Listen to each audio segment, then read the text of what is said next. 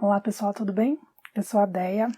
Hoje eu vim falar sobre 1984 do George Orwell e é uma missão difícil falar sobre este livro. Eu acho que tem muito vídeo aqui no YouTube a respeito deste livro, que é uma obra grandiosa e tem gente muito mais capacitada, muito mais gabaritada que eu para falar a respeito deste livro. Mas como eu li, eu vou comentar um pouquinho do que eu achei, o que me impressionou, o que me impactou. George Orwell publicou este livro em 1949 e a história se passa em 1984. Mas, se estivesse escrito aqui 2022, eu acho que não deixaria a desejar, não. Porque este livro, ele é tão importante, ele mexe tanto com a gente, porque, com certeza, né? Porque muitas coisas do que a gente lê aqui neste livro a gente vê acontecendo hoje em dia, né? Eu acho que às vezes uma pessoa se identifica com uma coisa, a outra acaba se identificando com outra, e cada um também vai identificando situações que estão acontecendo atualmente. Algumas pessoas podem fazer uma correlação com a história deste livro, outras não, enfim. Eu associei sim alguns fatos atuais e vou comentar, mas eu vou começar falando que eu estava lendo este livro, eu já estava na metade da leitura e eu estava achando uma leitura chata, na verdade, não estava gostando nem um pouco e provavelmente porque eu não estava dando a devida importância a este livro. E aí o Alisson viu que ia iniciar o programa Lendo com o Clóvis, que é com o professor Clóvis de Barros, aqui no YouTube, e ele comentou comigo, ele falou, por que você não lê com o Clóvis, né? E eu fiz isso, não consegui acompanhar ao vivo, mas eu acompanhei a leitura gravada, e aí foi uma explosão, assim, na minha cabeça, porque realmente, às vezes a gente precisa de o auxílio de uma outra pessoa para que a gente consiga prestar atenção em todas as frases, em todas as páginas do livro, para compreender melhor e para dar a devida importância. E aí foi um divisor de águas ter lido com o Clóvis, porque eu passei a dar um valor imenso a este livro. E, bom, a história se passa em 1984, o personagem principal aqui é o Winston, e ele vive numa sociedade totalitária. Aqui, em 1984, o grande irmão que está sempre te vigiando, né? Que é o Big Brother, que todo mundo sabe que foi daí que surgiu o programa Big Brother, né? Foi a partir deste livro, dessa história, que surgiu o Big Brother, e nada mais é do que a situação em que as pessoas estão sendo vigiadas o tempo todo. Então, o Winston, como eu falei, é o personagem principal, tem outros personagens ali também na trama, e todos eles são vigiados, eles têm uma tela em casa que nada mais é do que uma televisão, através da qual eles recebem as informações do partido, que é quem governa, quem controla essa sociedade. Então, eles utilizam as TVs, né, as teletelas, para isso, para passar instruções, para vigiar e também para fazer com que esses cidadãos eles participem do Minuto do Ódio, que nada mais é do que passar um tempo assistindo a imagens que levam as pessoas a uma certa histeria, a uma certa euforia de admiração pelo grande irmão, que é, entre aspas, quem governa ali, né? É o representante do partido que governa essa sociedade. Então, realmente é uma situação difícil até de imaginar, porque as pessoas não têm liberdade alguma. Uma outra situação que acontece muito, que é muito descrita aqui, inclusive o Winston trabalha fazendo alterações na história, né? Na verdade, alterações nos fatos, nas notícias. Então, ele trabalha num local onde ele tem acesso às notícias que já foram publicadas e, por algum motivo, precisam ser alteradas. Então, a gente vê aqui as fake news, né? porque hoje você tem uma informação, amanhã você recebe uma nova informação corrigindo aquela de ontem, dizendo que aquela de ontem era fake news, né? E amanhã ou depois, a notícia que era fake news pode ser que era real e a correção dela não. Então, assim, às vezes a gente acaba ficando confuso mesmo com as notícias hoje em dia. E isso é mostrado aqui no livro, não necessariamente dessa forma, mas a gente vê que ocorrem alterações na história. Essas alterações, elas são ordenadas, né? Não são alterações que ocorrem por conta de fatos aleatórios, enfim, principalmente em relação às guerras que são mencionadas, né? Então, hoje o inimigo é amanhã não, amanhã tem que ser feita a correção. Esse não era o inimigo, esse era um aliado.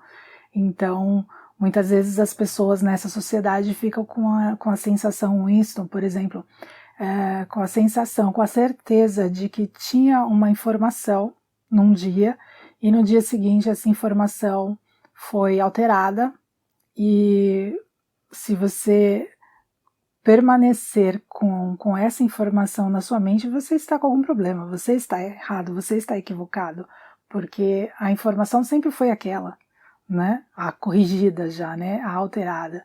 Então, a gente vê aí a manipulação dos fatos, manipulação da história, que inclusive tem a frase, né? Quem controla o passado controla o presente, quem controla o presente controla o futuro. Enfim, então, essa é uma das situações que eu acho que tem muito a ver com o que a gente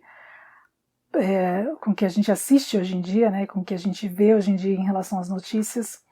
Uma outra situação que eu acho que tem muito a ver, pelo menos no meu ponto de vista, né, tem uma cena aqui em que o Winston, ele está com a Julia, que é uma personagem que eles acabam se relacionando aqui, e eles vão para um esconderijo, né, porque aqui você não pode se relacionar com ninguém, independente do gênero, do sexo, enfim, você não pode se relacionar. Então, eles acabam se escondendo para viver essa paixão, vamos dizer assim, né? Já vou falar um pouquinho sobre essa paixão também. E enquanto eles estão nesse esconderijo, que é um quartinho, tem uma vizinha, né? Uma mulher que está pendurando roupas no varal e está cantando. E aí o Winston conta pra gente que essa música que ela está cantando é produzida em máquinas. Então, tanto as músicas, quanto a literatura, quanto os filmes são produzidos em máquinas. E não da forma como é hoje, né? Não é que alguém escreve um roteiro do filme e ele vai ser produzido, enfim. Não é que alguém vai compor uma música e a máquina vai reproduzir a parte musical, não é nada disso. A letra realmente é produzida através de máquinas. E curioso, por que eu relaciono isso com o momento atual que a gente está vivendo? Outro dia eu estava, acho que foi no Dia das Mães, eu estava com o meu marido e o Alisson num restaurante, né? O Breno não estava com a gente, mas enfim, a gente estava almoçando num restaurante aconchegante, um restaurante super gostosinho, uma comida gostosa também, e estava tocando uma música que, assim, não era o tipo de música que me fizesse sair do restaurante, porque sim, tem algumas músicas que se estiver tocando num local eu nem entro. Sinto muito, mas não entro mesmo. Não vou citar aqui o tipo de música, mas enfim.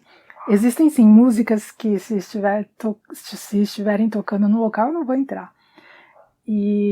Mas estava tocando uma música e eu fiquei assim chocada, passada com essa música, e pelo jeito é uma música que está fazendo bastante sucesso aqui no Brasil.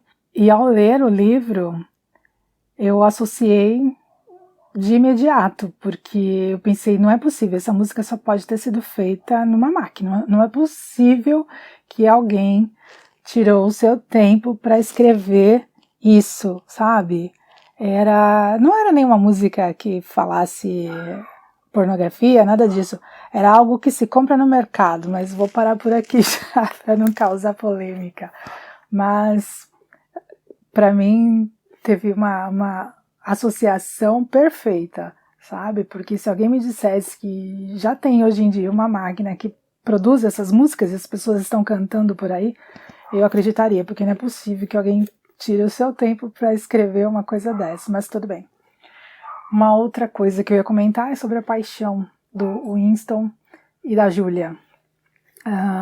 O Winston, a princípio, quando ele está cruzando ali, trombando com a Julia, ele, logo no início, ele sente uma certa raiva, um ódio até dela, né? Ele quer matar a Julia, sente vontade de matar a Julia, antes de conhecê-la, antes de conversar com ela, mas porque ele tem uma impressão incorreta, né? Ele acha que ela é inimiga, que ela é uma espiã, e mais pra frente ela acaba entregando um bilhete para ele, dizendo que ama ele, né? E eles acabam se relacionando. E eu já vi algumas pessoas falando dessa paixão dos dois e eu não enxerguei paixão nenhuma na relação dos dois ali. Eles se relacionam, eles gostam de ficar juntos, mas do meu ponto de vista não tem paixão ali, até porque ela deixa muito claro que ela já saiu com diversos companheiros ali do partido, né? E ela faz isso como uma afronta ao partido, porque isso é proibido, então ela faz porque é proibido. Então, do meu ponto de vista, é uma rebeldia dela. Não é uma paixão, ela não se apaixonou pelo Winston, nem pelos outros caras com quem ela se relacionou, que ela deixa claro para ele, né? Ela comenta e com orgulho, porque para ela é uma afronta. Ela tem que agir de uma forma, do contrário, ela é punida. Então, ela encontrou, através do relacionamento com os caras do partido, ali com os caras daquela sociedade, ela encontrou uma forma de afrontar, de se rebelar contra esse totalitarismo no qual ela vive.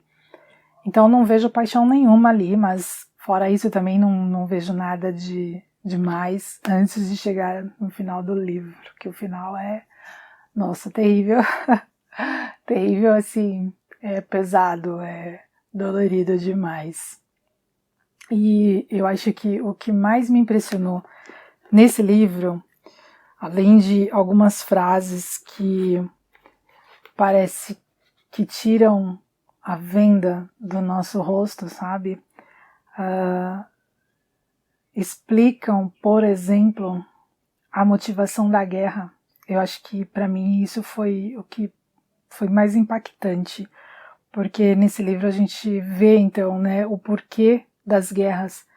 E se a gente for parar para analisar os países que estão em guerra, os países que estão em guerra há muito tempo, há anos em guerra, a gente acaba concordando com o que está escrito aqui. Então eu vou juntar aqui algumas frases para tentar mostrar o que eu entendi, né, com essa mensagem aqui do livro. No início do século XX, a visão de uma sociedade futura incrivelmente rica, desocupada, ordeira e eficiente, um mundo antisséptico, reluzente de vidro, aço e concreto branco como a neve, era parte da consciência de praticamente toda pessoa letrada. Mas ficou claro também que um aumento generalizado da riqueza ameaçava destruir a sociedade de hierarquias. Na prática, uma sociedade assim não seria estável por muito tempo. Aqui falando, né, eu estou juntando algumas frases, como eu disse, né, para mostrar que quanto mais as pessoas, né, a população adquirir riqueza, a sociedade vai ter um fim desastroso, né? Continuando, o problema era manter as rodas da indústria girando sem aumentar a riqueza real do mundo. Bens devem ser produzidos, mas não distribuídos. E na prática, o único modo de alcançar isso era pelo estado contínuo de guerra. Então, juntando essas pequenas frases que eu li, ficou para mim essa mensagem de que a guerra tem um porquê maior por detrás de tudo que a gente já sabe ou já imagina como a luta, né, a guerra pelo poder, por riquezas, por terras, enfim, tem muito mais por trás disso, e esse livro é como se alguém estivesse tirando as vendas dos nossos olhos, realmente. Então, eu acho que é uma leitura essencial demais. E recomendo bastante o Lendo com o Clovis. Eu acho que o professor Clovis dispensa apresentações, né? E acho que a leitura com ele ajuda bastante a gente a ver este livro com outros olhos, com os olhos que a gente precisa realmente ver. Porque, como eu falei no início, eu não estava dando a devida importância quando eu estava lendo sozinha. E eu acho que isso serve para outros livros também. Então fica aí a recomendação da leitura do programa Lendo com o Clovis, vou deixar aqui na descrição. Mas é isso, se você gostou desse vídeo, deixe seu like, compartilhe, se inscreva no canal e a gente se encontra no próximo vídeo. Até lá!